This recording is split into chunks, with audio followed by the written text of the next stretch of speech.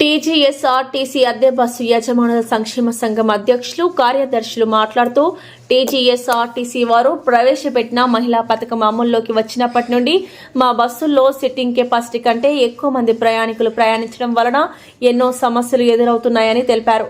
బస్సుల diesel mileage తగ్గిపోవడం, డ్రైవర్లు తీవ్రంగా ఇబ్బందులు పడడం, టైర్లు పగిలిపోవడం, అలాగే మెయింటెనెన్స్ ఖర్చులు విపరీతంగా పెరగడం వంటి నష్టాలు వాటిల్లుతున్నాయని వారు పేర్కొన్నారు. అయినప్పటికీ ప్రయాణికులను గమ్యస్థానాలకు సురక్షితంగా చేర్చేందుకు తమ బస్సులు నిరంతరం సేవలు అందిస్తున్నామన్నారు.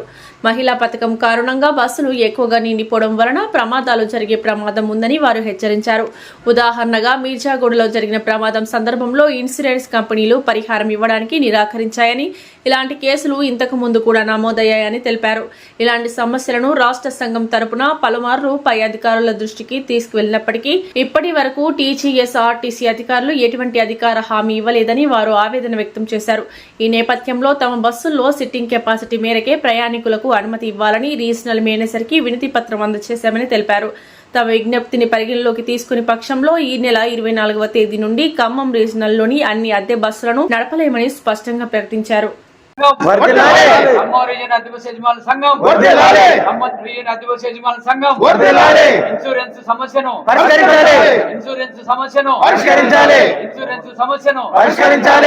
పేరు నగిరికంటి సత్యంబాబు, ఖమ్మం జిల్లా అద్దె బస్ యజమానుల సంఘం ప్రెసిడెంట్ మరియు తెలంగాణ రాష్ట్ర అద్దె బస్ యజమానుల సంఘం ట్రెజరర్గా ఉన్నాను. ఈరోజు ముఖ్యంగా ప్రెస్ మీటింగ్ ఎందుకు మేము నిర్వహిస్తున్నామంటే, ఈ మహిళా పథకం వచ్చిన తదుపరి మహాలక్ష్మి పథకం వచ్చిన తదుపరి మా ప్రైవేటు హైర్ బస్సులలో మేము మా కెపాసిటీకి మించి, సిట్టింగ్ కెపాసిటీకి మించి ప్రయాణికుల్ని మేము గమ్యానికి చేర్చుతున్నాం. అట్టి విషయంలో మేము ఇది వచ్చినప్పటి నుంచి కూడా అధికారుల దృష్టికి హెడ్ ఆఫీస్లో తీసుకుపోవడం జరిగింది, ఎండి గారి దృష్టికి కూడా తీసుకుపోవడం జరిగింది. ప్రమాదం జరిగినప్పుడు ఇన్సూరెన్స్ కంపెనీలు కెపాసిటీ వరకే మమ్మల్ని ఎలో చేస్తూ మాకు రాష్ట్రంలో కొన్ని చోట్ల ఇన్సూరెన్స్ క్లెయిములు ఇవ్వటం లేదు. ఒకళ్ళ ప్యాసింజర్స్కి ఏమన్నా ఇచ్చినా సరే బస్సులకి యాక్సిడెంట్ అయినప్పుడు బస్సుకి ఇన్సూరెన్స్ ఇవ్వనని కూడా కొన్ని చోట్ల చెప్పడం జరిగింది. చాలాసార్లు మేము హెడ్ ఆఫీస్ అధికారులని చెప్పినాం, అలాగే ట్రాన్స్పోర్ట్ మినిస్టర్ దృష్టికి కూడా తీసుకుపోయినాం. ఎన్నిసార్లు చెప్పినానో వాళ్ళు అనేది ఏంటంటే అధికారికంగా కాకుండా మీకేమైనా ఇబ్బంది అయితే మేము చూస్తాము అని చెప్పడం జరుగుతుంది తప్ప అధికారికంగా మాకేమీ ఇవ్వటం లేదు. రీసెంట్గా ఆ మీర్జాగూడ వద్ద జరిగిన యాక్సిడెంట్లో దాదాపు 72 మంది ప్రయాణికులు ఉన్నారని చెప్పి మీ మీడియా ద్వారా అందరికీ తెలిసిన విషయమే. మాకు సిట్టింగ్ కెపాసిటీ కానీ అందులో ఎక్కువ మంది ఉన్నారు. యాక్సిడెంట్ జరిగింది, దాని మీద ట్రాన్స్పోర్ట్ డిపార్ట్మెంట్ వారు కూడా యజమాని మీద చర్య తీసుకుంటాం, డ్రైవర్ల మీద చర్య తీసుకుంటాం అని చెప్పి ముందు వాళ్ళు ఒక సర్క్యులర్ కూడా ఇష్యూ చేయబోతున్నారు.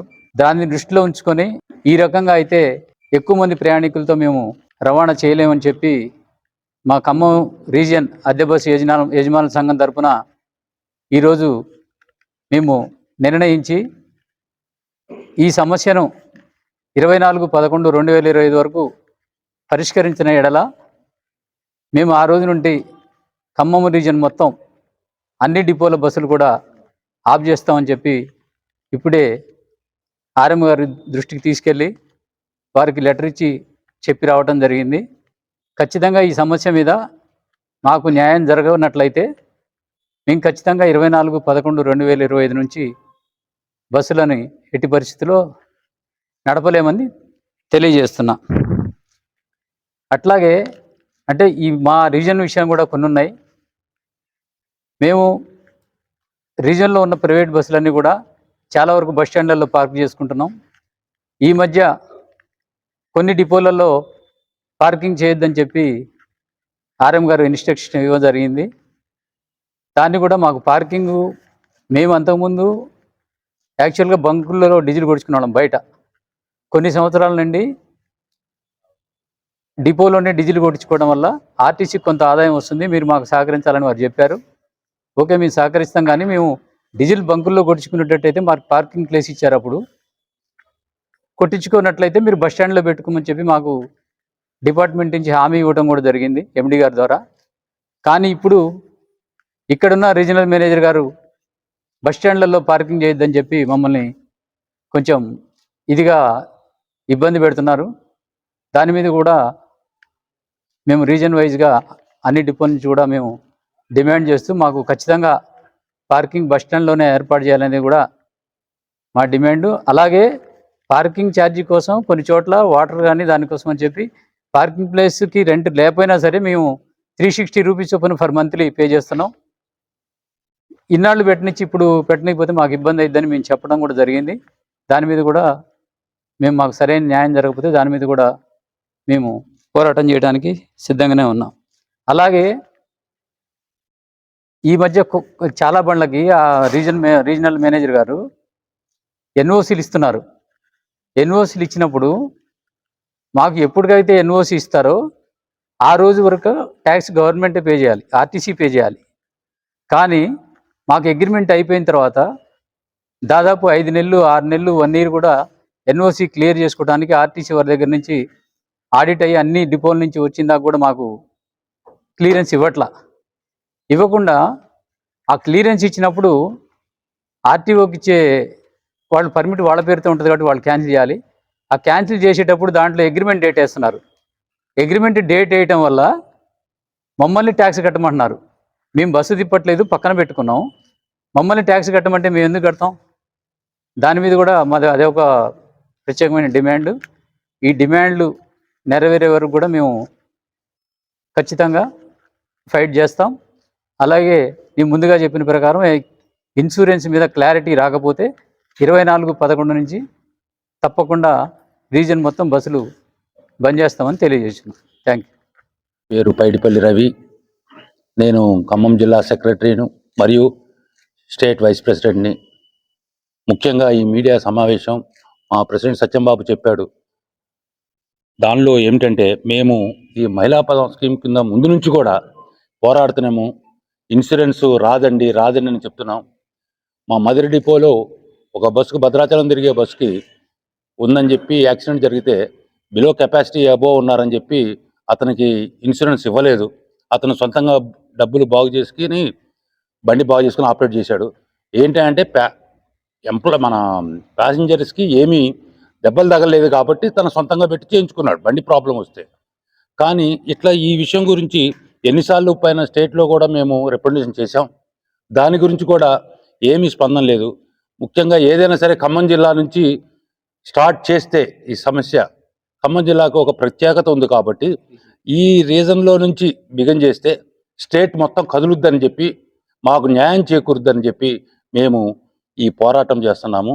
దయచేసి అందరికీ మీడియా వాళ్ళకిను అందరికీ చెప్పేది ఏంటంటే ఇది మేమేదో చేయాలని కాదు, అందరికీ పబ్లిక్ కూడా తెలియాలని చెప్పి మా సీటింగ్ కెపాసిటీ మందమే మమ్మల్ని ఎక్కింది.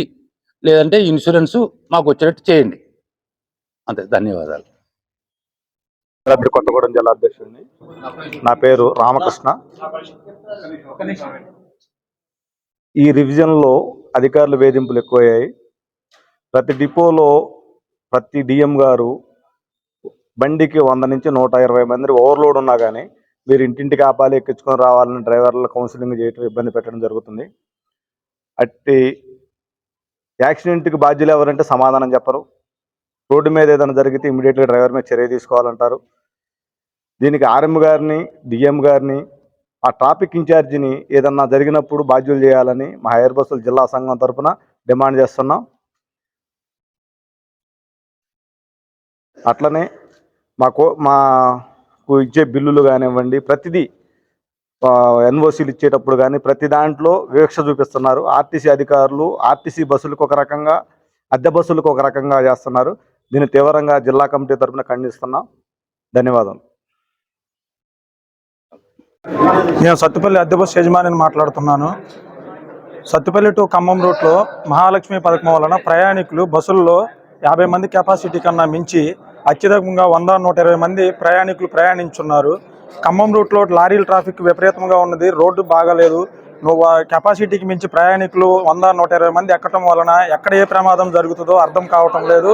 ప్లస్ 50 మందికే ఇన్సూరెన్స్ కట్టడం వల్ల ఇంతమంది ప్రయాణికులు ఎక్కడం వల్ల ఏదైనా ప్రమాదం జరిగితే దీనికి రెస్పాన్సిబిలిటీ ఎవరనేది తెలియడం లేదు. ఓనర్ని బాధ్యుడిని చేస్తాం, డ్రైవర్ని బాధ్యుడిని చేస్తామని పైనుంచి ఒత్తిడి వస్తున్నది. కావున ఈ ఖమ్మం రూట్లో 120 మంది 100 మంది ప్రయాణికులు ఉండినా కూడా ప్రయాణికులు ఎక్కువగా ఉండటం వల్ల స్టేజీలు లేని చోట కూడా మీరు బస్సులు ఆపాలి, లేకపోతే మీ ఎడల చర్య తీసుకుంటానని డ్రైవర్ల పైన కూడా ఒత్తిడి వస్తూ ఉన్నది. ఈ 120 మంది ప్రయాణికులు ఎక్కిన దగ్గర నుంచి ఏ ప్రమాదం జరిగిద్దో అని డ్రైవరు చాలా ఇబ్బంది పడుతూ బస్సు నడుపుతా ఉన్నాడు. ఏదైనా ప్రమాదం జరిగినను డ్రైవర్ని ఓనర్ని బాధ్యులు అవుతారని చెప్పి వస్తూ ఉన్నది. దీనివలన ఏం చేయాలో తెలియక మేము ఈరోజు ఇలా ప్రెస్ మీట్ పెట్టి మీకు తెలియజేయడం జరుగుతున్నది. ఇటు విషయాన్ని ప్రయాణించే ప్రయాణికులకు ప్రతి ఒక్కరి దృష్టికి ఇది మీరు తీసుకెళ్లాలని, మా యొక్క సమస్యను పరిష్కరించాలని ఈరోజు మేము ఆర్ఎం గారికి వెళ్ళి వినతి పత్రం అందజేసినాము. ఇన్సూరెన్స్ గురించి ప్రయాణికులు ఎక్కువగా ఎక్కడం వల్ల ప్రమాదం జరిగితే ఏం జరుగుద్దో తెలియని పరిస్థితుల్లో మా పరిస్థితిని మీ మీడియా వాళ్ళకి చెప్పుకోవడం జరుగుతున్నది. ఇట్టి సమస్యపై మాకు ఏదో పరిష్కారం తెలియజేయాలని 24/11/25 లోపు సమస్యకు పరిష్కారం తెలియజేయాలని ఆర్ఎం రీజనల్ మేనేజర్ గారికి వినతి పత్రం ఇవ్వడం జరిగినది. ఇటు మా యొక్క సమస్యను కూడా ఖమ్మం రూట్లో ఎప్పుడు ఏం జరిగిద్దో తెలియటం లేదు. ప్రయాణికులు ఎక్కువగా ఎక్కడం వలన ఈ సమస్యపై రహదారులు బాగలేదు, లారీల ట్రాఫిక్ కూడా విపరీతంగా ఉంటున్నది. ఓవర్లోడ్ ఉండటం వల్ల ఎక్కడేం ప్రమాదం జరిగిద్దో అర్థం కావటం లేదు. దీనిపై మా యొక్క సమస్యకు పరిష్కారం కావాలని మీకు తెలియజేయడం జరుగుతున్నది. నమస్కారం మీడియా మిత్రులందరికీ good evening. Sathupalli depot air bus ఓనర్ని. ముఖ్యంగా Sathupalli to Khammam route express రూట్లో బాగా ట్రాఫిక్ ఉంటుంది. వారు కూడా దాదాపు 150% వారు ఉంది. జనం బాగా విపరీతంగా ఎక్కుతున్నారు. అయినప్పటికీ కూడా ట్రాఫిక్లో చాలా ఇబ్బంది పడుతూ తీసుకొస్తున్నాం. ఇంకా మా మీద ఇంకా వేధింపులు ఎక్కువైనా ఇంకా ఎక్కియాలని, ముఖ్యంగా దీనిపైన మీడియా కూడా దృష్టి సారించాలి. ఎందుకంటే పబ్లిక్ 50 మంది ఎక్కాల్సిన బస్సులో 100-150 మంది ఎక్కినా కానీ మీడియాలో కూడా ఎక్కడ రావట్లేదు. ఇలాంటి మీడియా మిత్రులు కూడా దయచేసి ఈ సమస్యని అర్థం చేసుకొని మీడియా మిత్రులు కూడా సహకరించాలని కోరుకుంటూ షాపులు ఎక్స్ప్రెస్ రిక్వెస్ట్ స్టాపులు బాగా ఎక్కువ ఆపుతున్నారు. మాకు ఇచ్చిన 11 స్టేజీలే దాదాపు ఒక 50 చోట్ల ఆపుతున్నాం. ఇప్పటికే ఇంకా మరింత ఎక్కువ ఆపమని ఒత్తిడి చేస్తున్నారు. ఇది ఒక తీవ్రమైన సమస్యగా ఉంది మాకు. దీనిపైన కూడా మాకు పరిష్కారం దొరకాలని ఆశిస్తూ ధన్యవాదాలు. Hi, నేను మీ Satyasri. Please do subscribe TG24 TV.